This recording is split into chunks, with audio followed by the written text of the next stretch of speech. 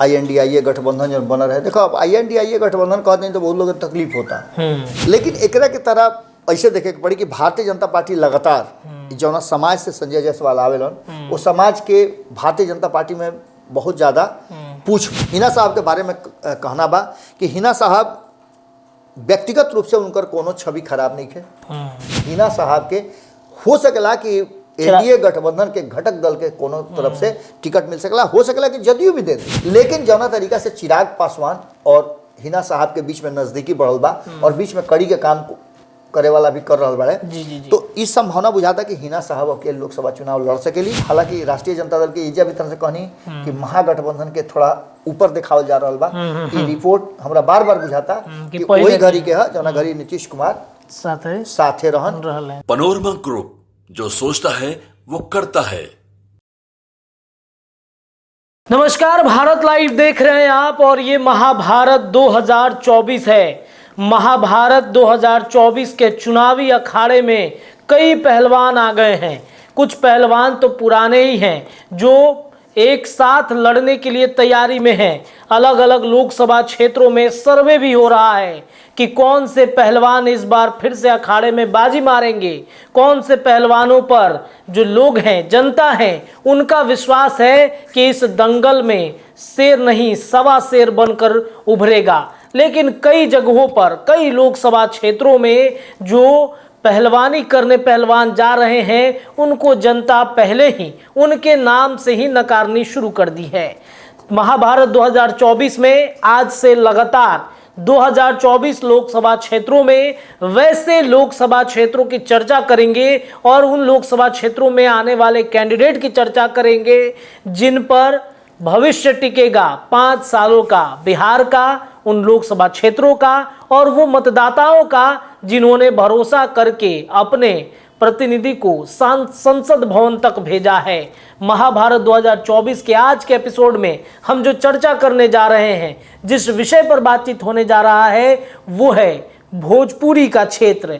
भोजपुरी मतलब वैसे लोकसभा क्षेत्र जिनमें भोजपुरी बोली जाती है, जिन भाषा में एक मिठास होती है। तो देखिए, बाबा ने पगड़ी बांध लिया है। चूंकि बात जब जब भोजपुरी की आती है तो बाबा अपन पगड़ी जोन बा बांध लेवे नी और बतावे के कोशिश करे नी कि का होके जा रहल बा 2024 के चुनाव में। चली जोन चर्चा हुई ऊपर एक बार जरा ध्यान आकृष्ट करा दी रोड़ा सबके कि भोजपुरी भाषी क्षेत्र की 11 सीटों पर बड़ा बखेड़ा भाजपा को सारण, सिवान, आरा, बक्सर देगा झटका। यानी कि क्या आरा, बक्सर, सिवान यानी भोजपुरी का जो क्षेत्र है उन क्षेत्रों में क्या सर्वे रिपोर्ट आया है। चलिए बाबा से जान लेते हैं क्या होने वाला है भोजपुरी क्षेत्रों में। चूंकि आप बाबा भोजपुरी का बात जब जब आवेला तो रौड़ा मने पगड़ी जोन बा और निकल जाला ऑटोमेटिक। फिर देखी कई गो शेर जोन बा मैदान में निकल पड़ल बड़े।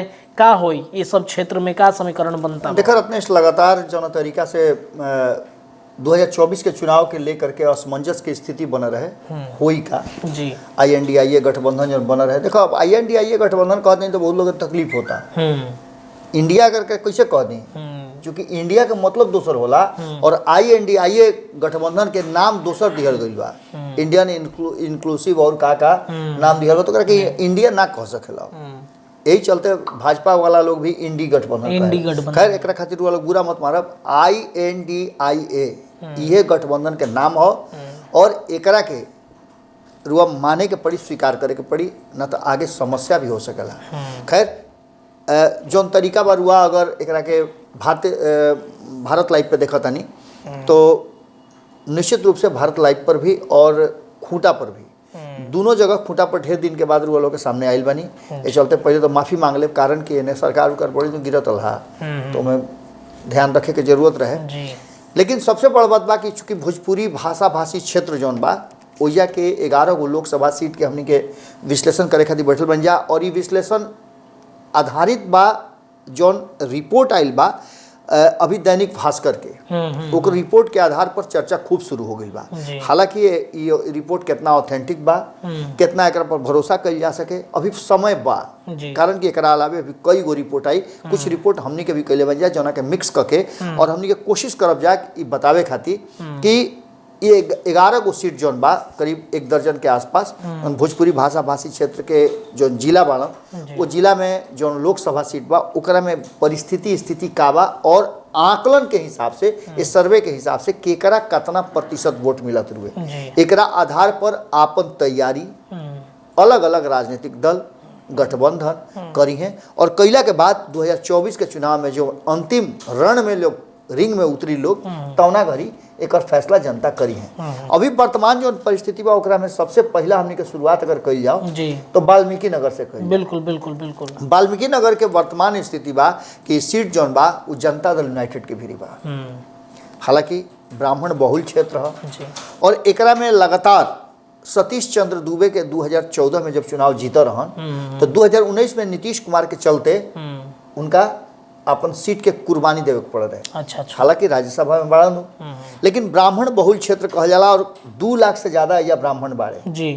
ये बात के लेकर के मुस्लिम और ब्राह्मण मिल करके एजा के निर्णायक भूमिका करेले और सतीश चंद्र दुबे के जीत के सबसे बड़ा कारण 2014 में उहे रहे जी। 2019 में भी भरसक प्रयास कैले रहन कि उनका टिकट मिलो, उनका टिकट कटो मत, लेकिन भारतीय जनता पार्टी एडजस्टमेंट में एक बार फिर से नीतीश कुमार आ गए बड़े साथ 2019 में भी ये भैया 2017 से पहले आ गई रहन जना के चलते सतीश चंद्र दुबे के सीट त्यागे के पड़ल, कई लोग के त्यागे पड़ल, 5-6 लोग के त्याग पड़ रहे जना में सतीश चंद्र दुबे भी रहन इनका के बाद में राज्यसभा भेज करके एडजस्टमेंट कल गई।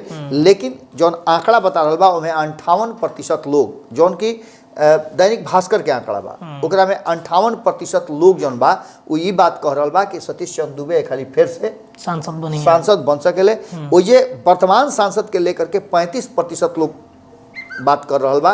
वो ये कांग्रेस के जौन शाश्वत केदार बड़े उनका के लेकर के भी पिछला हाली चुनाव भी लड़ रहन और उनका एक बड़ा लेगेसी बा राजनीतिक जगत में, उनका परिवार के लोग चाहे केदार पांडे की बात कर ला या और भी लंबा चौड़ा चल बा वो 52% का मिला। हालांकि बहुत ज्यादा बा, 52% बहुत ज्यादा बा। हो सकेला कि पूछे के समय में जो आंकड़ा होला जैसे 100 आदमी से पूछने, 200 आदमी से पूछने, 300 आदमी से पूछने तो हो सकेला कि उनका से प्रभावित लोग भी हुई, लेकिन 52% ज्यादा नजर आता। सतीश चंद्र दुबे के भी 58% बा। एमे कॉन्टेस्ट तो लंबा नजर आता, लेकिन एमे प्रवेश मिश्रा जो मान उनकर 2019 के रिकॉर्ड अगर उठा के देखी रुआ तो ज्यादा प्रभावशाली रहा। अच्छा। प्रवेश मिश्रा तो ऐसा स्थिति में लगभग 1.5 दशक से एजा भारतीय जनता पार्टी के कब्जा बा और अब एनडीए के कब्जा तो कह सकला, कारण कि जब जेडीयू सीट जीता रहे सुनील कुशवाहा तो प्रवेश मिश्रा भी बीजेपी के ही हमें कहा ना। प्रवेश मिश्रा कांग्रेस के सीट पर चुनाव लड़े बारे और पहले भी लड़ल 2014 में और लगातार उनका प्रयास बा, अभी भी वो अपन छोड़ले नहीं खन, तैयारी लगातार उनका चल रहा है जी। अगला कड़ी में बाबा बढ़ल जाओ तो बात अगर पश्चिम चंपारण के कइल जाओ तो पश्चिम चंपारण के समीकरण कैसे मतलब का जनता के सर्वे में आइल बावे? देखो एकरा में सर्वे के जो स्थिति बा ओकरा में और हमनी के जो विश्लेषण करब जाए ओकरा में थोड़ा सा अंतर जरूर बा, कारण कि एमे और कई लोग के नाम सामने आ रहा बा। एमे मात्र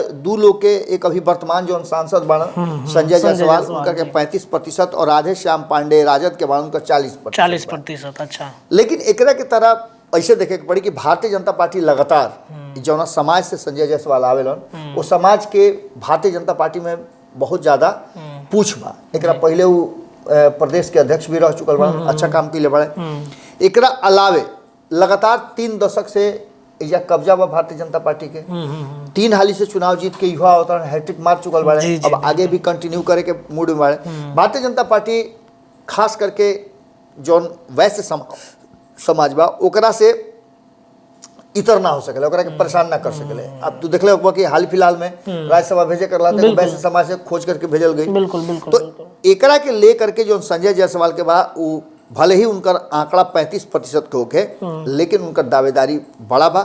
राधे श्याम पांडे के भी दावेदारी बा, लेकिन सबसे बड़ा दावेदारी है या साधु यादव को हो सकेला। अनिरुद्ध प्रसाद यादव, साधु यादव जौन राबड़ी देवी के आपन भाई हवे, उनकर भी संभावना बा कि अब के कैसे संभावना हो सकेला बाबा? चूंकि गोपालगंज के जब चर्चा आवेला तो गोपालगंज से साधु यादव के नाम आवेला, तो फिर गोपालगंज पश्चिम चंपारण भागत रहे बताओ तनी। गोपालगंज पहले भी चुनाव लड़ चुकल बा। जी। गोपालगंज ऐसे कि पहले से गोपालगंज के सांसद भी रहल बा अभियो ना छोड़े ले उपचुनाव से धइले सब चुनाव लड़े अब जब गोपालगंज के स्थिति बा वो गोपालगंज रिजर्व सीट हो गई बा। जी, जी, ये चलते वो चुनाव लड़ ना सकेले। बिल्कुल ये चलते वो अपन पश्चिम चंपारण में चूंकि सटले बा, ये चलते पश्चिम चंपारण में किस्मत हो जमाई है, तैयारी विभाग सब काम से निवृत्त हो गई बा। तो इहो पर प्रश्न रही कोना पार्टी से उता अपन बहिने के परिवार के पार्टी वोट काटे ले। वर्तमान में बसपा में बाड़े, लेकिन वो प्रयास और जगह से कर रहा बा। आगे देखे वाला इहो बात हुई कि संजय जायसवाल बाड़े के उनका जगह कोई के दूसर के दिया जा रहा बा। ये भी एगो बड़ा मुद्दा बा, कारण कि भारतीय जनता पार्टी जो पुरान नेता बड़े 5-6 गो ऐसा 7 गो सीट बा, आधा दर्जन के आसपास, जौना में प्रत्याशी उम्मीदवार बदले के प्रक्रिया पर लगभग भारतीय जनता पार्टी सोच ले बा, वो खाली अनाउंसमेंट बाकी। जी अगला अगर करीब पे बढ़ल जाए तो पूर्वी चंपारण एमे का बा, एनडीए के दावेदारी, इंडिया गठबंधन के दावेदारी, कितना जनता भरोसा करी ये लोग पर? देखा जो एकरा में दैनिक भास्कर की जो रिपोर्ट बा जी, दैनिक भास्कर के रिपोर्ट के हिसाब से राधा मोहन सिंह जो वर्तमान बाड़न सांसद, उनका के लेकर के 43%, चेतन आनंद के 42%, अखिलेश सिंह के ये पूरा सर्वे रिपोर्ट तू देख लो बनू, कहीं ना कहीं कांग्रेस प्रभावित बा। जी पूरा रिपोर्ट हम देखनी है जो हमें कांग्रेस प्रभावित रिपोर्ट बा। कहीं ना कहीं एनडीए और महागठबंधन के बीच में जो वर्तमान हो सकेला कि रिपोर्ट नीतीश कुमार के पाला बदलला से पहले के हो के हाँ, ये भी हो सकेला काहे से कि एमे चेतन आनंद के नाम आवता राजद के तरफ से, अब तो पाला बदल चुकल बड़े। एकरा में सबसे बड़का चीज ये तो बढ़ले बा, लेकिन एक पूरा रिपोर्ट में देखबा न तो भारतीय जनता पार्टी के 1-2 सीट छोड़ करके और 1-2 सीट जो बा भी ना, ओकरा में तू देखले होगा कि नया प्रत्याशी के वोटिंग ज्यादा दिखा, परसेंटेज ज्यादा दिखावल जा रहा बा। तो ये पूरा मैंने एक तरह से समझा कि माहौल जौन बा वो अलग तरह के ये रिपोर्ट पैदा किले बा, लेकिन चर्चा खूब बा। एक दिन पहले भी कई गो नेता लोग से बातचीत होत रहे, वो बीच में भी एक रिपोर्ट के चर्चा रहे। हालांकि रिपोर्ट पर अभी केहू भरोसा करत नहीं थे जी, बिल्कुल। लेकिन एक चूंकि सर्वे है और सर्वे रिपोर्ट है तो एकरा के बतावल भी जरूरी हुई। बिल्कुल एकरा के लेकर के जौन राधा मोहन सिंह के 43%, चेतन आनंद अब कौना दल में बाड़े अभी क्लियर नहीं खे, जैसे कि राजद छोड़ चुकल बाड़े 42% उनका के। हालांकि वो चुनाव लड़े खातिर तैयार नहीं खन, पूर्वी चंपारण से उनकर माता श्री के भी कहल जा रहा कि चुनाव लड़ी है। लेकिन खैर आगे का हुई, अखिलेश सिंह जो कांग्रेस के वर्तमान में अध्यक्ष बन, राज्यसभा भी चुन के गई है, संभावना कम बा कि चुनाव लड़ी है। उनकर बेटा के चुनाव लड़े के बाद कहल जा सकेला, एकरा पहले भी उनकर बेटा चुनाव लड़ चुकल बाड़े। हाँ, तो बेटा कौन पार्टी से लड़ी है ये तो बात बा, कई जगह वो दिमाग अपन लगावत रहे बेटा के। ओकरा में देख लो, ओकरा में राजद भी बा, ओकरा में आरएलएसपी भी बा, पिछला बारी आरएलएसपी से लड़ रहा। जी जबकि आरएलएम हो गई। तो ओ घड़ी आरएलएसपी जोन रहे तो एनडीए के नाम बल्कि महागठबंधन के हिस्सा रहे, वह 5 सीट मिल रहे जो हमें 1 सीट ही हो रहा है। तो आगे के बाद एकरा अलावे एजा से और भी कई उम्मीदवार अपन किस्मत आजमा रहा बाड़े जो भारतीय जनता पार्टी में भी बाड़े। अच्छा एकरा में एक दवा के बहुत बड़ा व्यवसायी बा, उनकर नाम भी चल रहा बुढ़े। अच्छा कि वो भी चुनाव लड़ सकेले।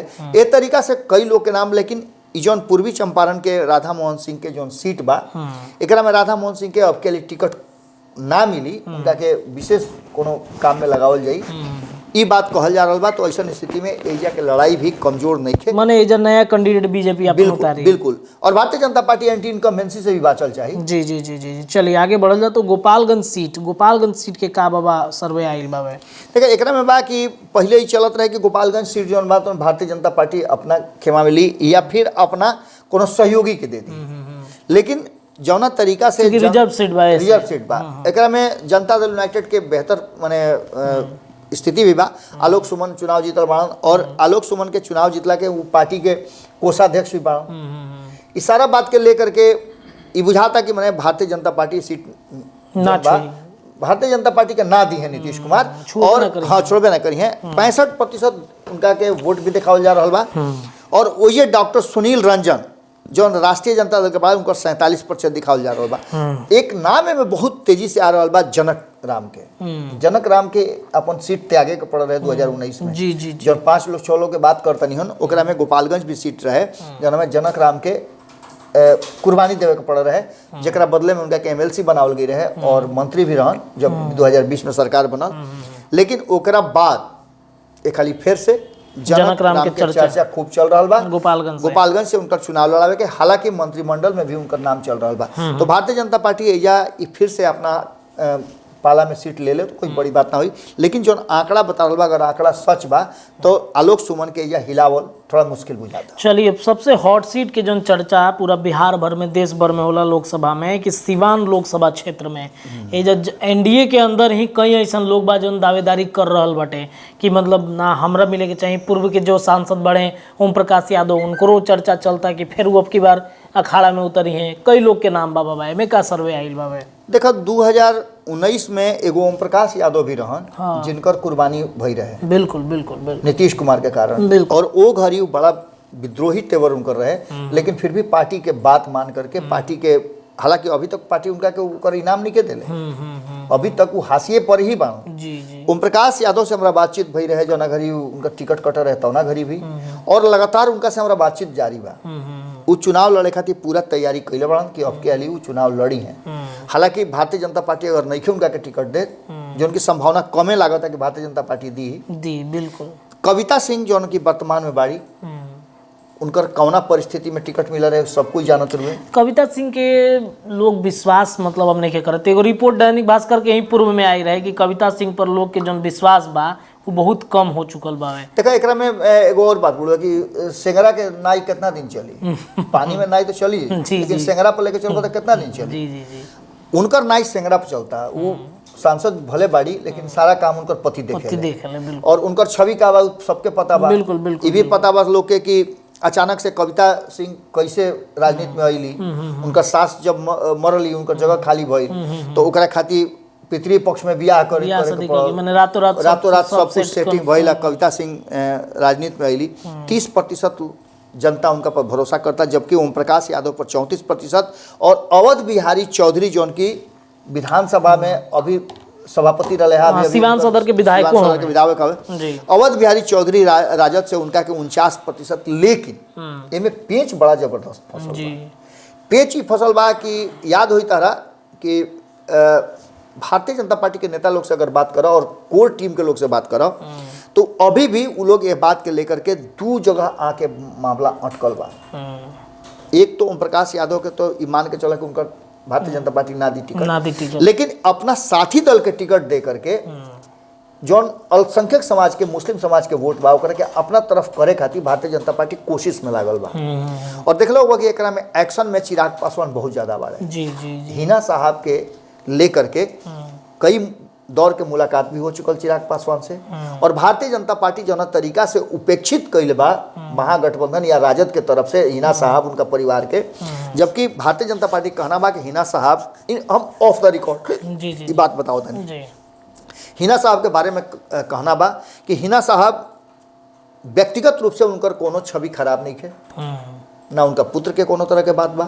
और ऐसा स्थिति में सिवान में हिना साहब के हो सकेला कि एनडीए गठबंधन के घटक दल के कोनो तरफ से टिकट मिल सकेला, हो सकेला कि जदयू भी दे देवे। बिल्कुल, जदयू के भी चर्चा खूब चलता है कि जदयू हो सकेला जदयू भी दे दे। लेकिन जौना तरीका से चिराग पासवान और हिना साहब के बीच में नजदीकी बढ़ल बा, और बीच में कड़ी के काम करे वाला भी कर रहल बाड़े, तो इस संभावना बुझाता कि हिना साहब अकेले लोकसभा चुनाव लड़ सकेली और एनडीए गठबंधन से लड़ सके चिराग पासवान। लेकिन एक साथ साथ मंगल पांडे के भी नाम वजह से आ रहा बा कि मंगल पांडे भी चुनाव लड़ी हैं। अब देखे वाला दिलचस्प बात हुई कि मंगल पांडे एजा से लड़ी हैं कि और कोनो सीट पर लड़ी हैं, एक सीट और उनका खातिर कहा जा रहा बा। खैर वर्तमान स्थिति है बा। हालांकि राष्ट्रीय जनता दल के एजा भी तरह से कहनी कि महागठबंधन के थोड़ा ऊपर दिखावल जा रहा बा। ये रिपोर्ट हमरा बार बार बुझाता कि वही घड़ी के है जौना घड़ी नीतीश कुमार साथे रहन इंडिया गठबंधन के। चलिए देखिए, महाराजगंज के अगर बाबा चर्चा कर लिया तो महाराजगंज के का स्थिति बाबा? देखो महाराजगंज के भी सर्वे रिपोर्ट जो देखा था ओकरा में तारा वर्तमान सांसद बा उनका 44%, और राष्ट्रीय जनता दल से रणधीर सिंह काफी फेमस बाड़े, पता बा? बिल्कुल बिल्कुल बिल्कुल। भोजपुरी के लड़ाई के होके, क्षेत्र में कोनो तरह के बात होके, या यूथ के साथे कनेक्ट होके के होके, तो खूब प्रभावशाली अपना के बाड़े। बिल्कुल, एमे कोनो दुराई नहीं के। लेकिन राजद उनका के टिकट दी कि ना दी, ये बात सबसे ज्यादा महत्वपूर्ण बा। अब जनार्दन सिंह सिग्रीवाल के भी उम्र के हिसाब से कहल जा रहा है कि उनकर भी एजा से टिकट कट सकेला और उनका जगह पर कोई दूसरा के दे सकेला। लेकिन ये सीट पर सबसे ज्यादा अगर कोई पैनी नजर रख ले बा तो सचिदानंद राय रख ले बड़े, जनसुराज वाले। जी जी जी जी। पहले वो बीजेपी में रहन, बीजेपी उनका के टिकट ना दिलस तो वो निर्दलीय लड़ले चुनाव, एमएलसी के, निर्दलीय में भी सबसे अधिक वोट लेके जीतले।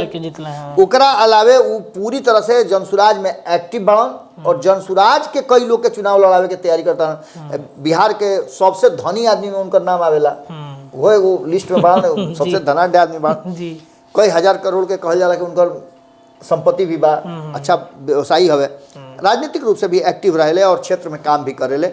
एकरा के लेकर के जो महाराजगंज वाला मामला बा वो कहीं ना कहीं फसल बा। और फिर खाली हम कहब कि दैनिक भास्कर के रिपोर्ट तो बढ़ले बा, लेकिन ये रिपोर्ट में फिर एक जगह नजर आ रहा बा कि कहीं ना कहीं इंडिया गठबंधन रिपोर्ट INDIA गठबंधन बा ओकरा तरफ ज्यादा पलड़ा छुकत दिखावत रही। जी चलिए सारण के बातचीत कइल जा बाबा। सारण लोकसभा क्षेत्र है, में बड़ा मतलब चर्चा बा इस क्षेत्र के लेकर के। देखा राजीव प्रताप रूढ़ी जैसे सांसद कई हाली से बाड़न, राजीव प्रताप रूढ़ी के लेके ई कहल भी जा रहा बा कि राजीव प्रताप रूढ़ी के संबंध जो भारतीय जनता पार्टी के शीर्ष नेतृत्व से रहे वो तो गड़बड़ाई रहे, लेकिन ये बीच में कुछ ठीक नजर आता, कारण कि कई कार्यक्रम में वो नजर अले हैं। और दिल्ली से पटना के यात्रा या पटना से दिल्ली के यात्रा कर तो अपने से फ्लाइट चला के जाले आवे। संपादक नमन मिश्रा जी भी खाली उनका भेंट भई रहता है, वो देखले कि बातचीत भई दोनों में, तो फ्लाइट उहे उड़ा के ले अइले, वही जहाज से उहो अइले दिल्ली से। खैर तो इनकर चर्चा जरूर बा, इनका के 47% जनता पसंद कर रहा बा। दूसरा तरफ एकरा में जितेंद्र राय जौन की अभी राजद के हवन और मंत्री रहे, उनका नाम भी आ रहा बा, लेकिन कला संस्कृति मंत्री रहे। लेकिन एकरा साथ साथ एकरा में एगो बहुत बड़ा नाम आ रहा बा जौन की लंबा समय से क्षेत्र में काम कर रहा बा, संतोष महतो के। बिल्कुल संतोष महतो पहले जदयू में रहन, जदयू में अति पिछड़ा के प्रदेश में संयोजक भी रहन, अध्यक्ष भी रहन। एकरा अलावे भारतीय जनता पार्टी में गए, RCP सिंह के साथ बहुत अच्छा उनका टाइअप रहे, लेकिन RCP सिंह के छोड़ करके भारतीय जनता पार्टी ज्वाइन कर, भारतीय जनता पार्टी से भी नहीं खन। अब जनसुराज के तरफ से कहल जा रहा बा कि वो सारण से छपरा से वो उम्मीदवार हो सकेले और काफी मजबूत लड़ाई लड़ता है नोनिया समाज से आवले, अति पिछड़ा समाज से, जिनका के लेकर के एक बात तो साफ नजर आ रहा बा कि इनकर लड़ाई भी मजबूत बा और इनका पीछे पूरा के पूरा जनसुराज खड़ा बा। तो ऐसा स्थिति में ये लड़ाई आसान होके वाला नहीं के। और सारण चूंकि लालू प्रसाद के पारंपरिक सीट रहल बा, तो लालू प्रसाद अपना परिवार से भी कोई के इजाजत नॉमिनेट कर सकले। बीच में सुनले होगा कि नाम तारा आई रहे रेचल के, राजश्री जो उनकर बहुजन बाड़ी तेजस्वी यादव के पत्नी, उनकर नाम भी आई रहे। संभावना बा कि एकरा में लड़ाई जो बा सारण के भी सामान्य ना हुई, लड़ाई भी बड़ा हुई। चलिए आरा लोकसभा क्षेत्र के लेकर बात कही जाता है। आरा लोकसभा में भी पवन सिंह के नाम आवता, RK सिंह बाड़े और राजद से भी कई लोग देखत तनी जे कि नाम उनकर चर्चा चलता। का लगता आरा में का हुई? देखा एक हाली फिर से तरह याद हुई कि या CPI-ML के राजू यादव चुनाव लड़ रहन 2019 में, जी जिनका के समर्थन दिले रहे राष्ट्रीय जनता दल। 20 सीट में से 1 सीट वो जाके छोड़ दिल रहन या अपन उम्मीदवार ना उतर रहन। अब के लिए अरुण यादव के नाम जैसे आ रहा, अरुण यादव के हवे सब कुछ जानत रहे, जी फरारी रहे बहुत दिन तक ले, उनकर नाम आ रहा बा। 36% जनता उनका के वोट देवे खातिर तैयार बाड़ी। ओजे RK सिंह के 76% आंकड़ा बहुत बड़ा बा।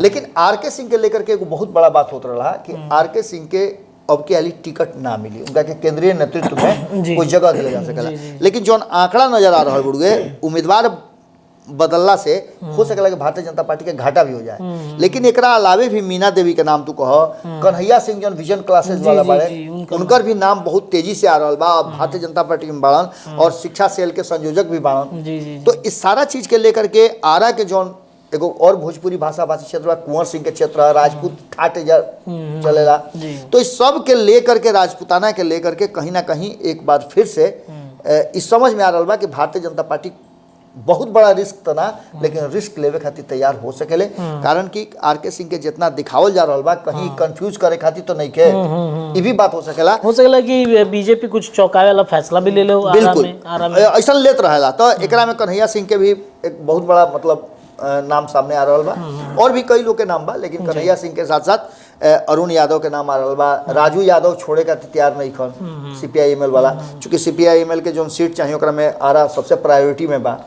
तो एजा के भी मामला जो बा वो साफ नजर आता। और यहाँ भी हमारा नजर आ रहा बा कि कहीं ना कहीं RK सिंह के जो एंटी इनकम्बेंसी लागू हुई बा, RK सिंह काम हालांकि कैले बनन ओकरा के लेकर के जनता उनका, लेकिन आर.के. सिंह चुनाव लड़ी हैं कि ना लड़ी हैं, इस बात के लेकर के अभी भी संशय बा। बरकरार। अब बक्सर के बातचीत कही जाओ, बक्सर भी काफ़ी मतलब नाम चलता बक्सर लोकसभा सीट के, चूँकि वजह से अश्विनी चौबे सांसद बड़े वर्तमान में, और भी कई लोग के चर्चा चलता। देखो हमरा सबसे ज़्यादा दैनिक भास्कर के रिपोर्ट में अगर कहीं आकर के कह कि मने हंसी लागल या फिर हमरा अविश्वसनीय लागल, तो उ बक्सरे के सीट बा और पूरी तरह से कहीं ना कहीं नजर आ रहा बा कि एकरा के बक्सर के लेकर के जो रिपोर्ट आयल बा, वो रिपोर्ट कहीं से भी दूर दूर तक नजर नहीं किया हुआ। कारण कि देखो जगतानंद सिंह के ही रहल बा, जी जगतानंद सिंह के बेटा या तैयार बना, जी जगतानंद सिंह के भतीजा या से लगातार अपन प्रयास कर रहा बा। तोहरों से कई बात जी बिल्कुल बिल्कुल अमरदयाल सिंह वो बार बार कहता रहे कि भाई ये मेरे बाप दादा का सीट रहा है, जब से यहाँ से लोग हटे हैं तब से हमारे क्षेत्र के लोग काफ़ी मेरे समझिए कि टूअर हो गए हैं। तो इस सब को लेकर के कहीं ना कहीं बक्सर की बात अगर जब सामने आती है ना, तो एक बात साफ नजर आता है कि अश्विनी चौबे जो वर्तमान सांसद हैं और 2 बार से जीत करके आ रहे हैं, इनको 17% दिखाना ठीक है, एंटी इनकम्बेंसी लागू होती है, लेकिन अश्विनी चौबे ने क्या नहीं किया है बक्सर के लिए।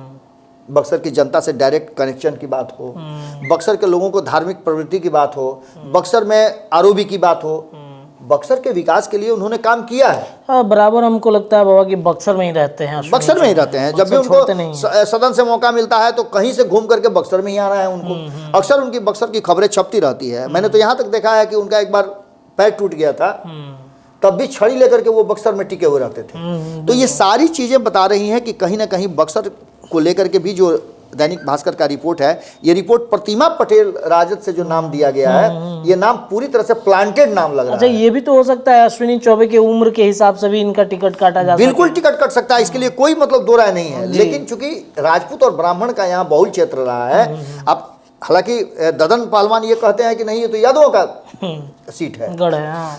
ददन पहलवान भी अपना ताल ठोक रहे हैं जी, उनका कोई नाम चर्चा नहीं है। इसके अलावा आप देखिए कि एक मनोज मिश्रा है, खूब माने एक अच्छे डॉक्टर हैं, जाने माने बिहार के डॉक्टर हैं, गैस्ट्रोलॉजिस्ट के पूरा मेहनत कर रहे हैं वो भी जी। अच्छा, उनमें वो काबिलियत भी है कि बक्सर को बदल सकते हैं। इसके अलावा संजय तिवारी कांग्रेस वाले, अच्छा। मुन्ना तिवारी जो अभी वहाँ के विधायक हैं बक्सर सदर के, जी। उनका भी नाम चल रहा है। देखिए संभावनाएं बहुत सारी हैं, लेकिन इस रिपोर्ट ने कहीं ना कहीं यहीं आकर के मामला फंसाया है, जिसमें अश्विनी चौबे को 17% बता करके जी। और इस रिपोर्ट पर चैलेंज भी किया जा सकता है, क्योंकि आपको पता है कि अश्विनी चौबे का इतना ग्राफ तो नहीं गिर सकता है। दूसरा, प्रतिमा पटेल को 34% दिखाया गया है जी, राजद की हैं वो, राजद की हैं। इसमें आप एक बात समझ लीजिए कि राजद में क्या जगतानंद सिंह पीछे हटेंगे, उनके पुत्र सुधाकर सिंह है वो पीछे हटेंगे, उनके भतीजा है अमरदयाल सिंह वो पीछे हटेंगे। 3 को तो एक ही घर में लड़ाई है और तीनों में से तीनों टाल ठोक रहे हैं कि हम चुनाव लड़ेंगे। तो ऐसी स्थिति में प्रतिमा पटेल राजद को राजद टिकट दे दे, ये दूर दूर तक कहीं दिखाई नहीं देता है। तो ये रिपोर्ट मुझे लगता है जैसे कि पहले का बनाया गया है, हो सकता है कि कितना भी पहले का बनाया गया हो, रत्नेश सीधी सी बात लगती है कि प्रतिमा पटेल का नाम किसी विशेष कारण से यहाँ दिया गया है, और वो विशेष कारण क्या है हम तो नहीं बता सकते हैं क्योंकि बहुत सारे नाम, ददन पहलवान का नाम इसमें आपने नहीं जोड़ा है, आपने मनोज मिश्रा का नाम इसमें नहीं जोड़ा है। सबसे बड़ी बात तो बाबा इसमें आपने जगतानंद सिंह का नाम नहीं जोड़ा है, जो वहाँ के कर्ता धर्ता रहे हैं, वहाँ के सांसद रहे हैं, उनका नाम आपने नहीं दिया। पिछले चुनाव तक वो एक्टिव थे, चुनाव लड़े, इसलिए कहीं ना कहीं ये बक्सर वाला मामला जो है वो गले के नीचे नहीं उतर रहा है। खैर, एक सर्वे है, हमारा काम है हम दिखा रहे हैं आपको। चलिए सासाराम की बातचीत की जाए, सासाराम में क्या होगा बाबा? देखिए सासाराम की स्थिति जो है, अभी वर्तमान जो छेदी पासवान वहाँ के सांसद हैं, उनको लेकर के भारतीय जनता पार्टी बहुत ज़्यादा कहा जाए तो निश्चिंत नहीं है। एंटी इनकम्बेंसी भी उन पर लागू हो रही है, और ये एक नरेंद्र मोदी का नाम ही कह लीजिए कि 2014 के बाद 2019 में भी वो चुनाव जीत करके आए, लेकिन 2024 के लिए ललन पासवान जो आए हैं जदयू से, चेनारी के विधायक भी रहे हैं, लगातार प्रयास भी करते रहे सासाराम से, इनके नाम पर इस बार 33% लोगों को रखा गया है। मेरी कई बार तो ये जदयू से के हैं कि बीजेपी से इस बार लड़ेंगे? बीजेपी उन्होंने ज्वाइन किया है। अच्छा, ललन पासवान ने बीजेपी ज्वाइन कर लिया है। मीरा कुमार का 53% दिखाता है जो कांग्रेस से हैं। हैं। तो मीरा कुमार कई बार वहां चुनाव लड़ सकी हैं, लेकिन इसके अलावे छेदी पासवान को भी आप नजरअंदाज नहीं कर सकते हैं। इसके अलावे और कई हिडन नाम हैं जो यहाँ से तैयारी अपनी कर रहे हैं, जिसमें राष्ट्रीय जनता दल से भी हैं। उसके बाद आप RLM से भी यहाँ से उम्मीदवार सासाराम से बिल्कुल। इसके अलावे एक उम्मीदवार आपको चिराग पासवान की पार्टी से भी नजर आ रहे हैं। ये सारे लोग प्रयास कर रहे हैं। अब सीट किसको जाता है ये सबसे बड़ी बात है कि हालांकि एक बात तो तय मान के चलिए कि भारतीय जनता पार्टी को ये फैसला करना है कि सीट किसको देती है, क्योंकि अभी वर्तमान में उसी के पास सीट है। दूसरी तरफ राष्ट्रीय जनता दल को ये फैसला करना है, कांग्रेस के पास पहले सीट आती रही है, वो कांग्रेस को देगी या खुद लड़ेगी, ये भी एक बड़ी बात है। तो यहाँ का जो ये सासाराम जो है रिजर्व सीट है, सबको पता है। तो ऐसी स्थिति में यहाँ छेदी पासवान का कुछ हल्का नजर आ रहा है। और सबसे बड़ा यहाँ भी चौंकाने वाली बात है कि जो वर्तमान सांसद हो उसको 1% आप नहीं देते, उसका नाम तक शामिल नहीं करते हैं, तो इस रिपोर्ट को कितना ऑथेंटिक माना जा सकता है? चलिए अंतिम है काराकाट में क्या हो सकता है बाबा? देखिए काराकाट भी बड़ी चौंकाने वाला है। महाबली सिंह को कौन कह रहा है कि टिकट नहीं मिलेगा?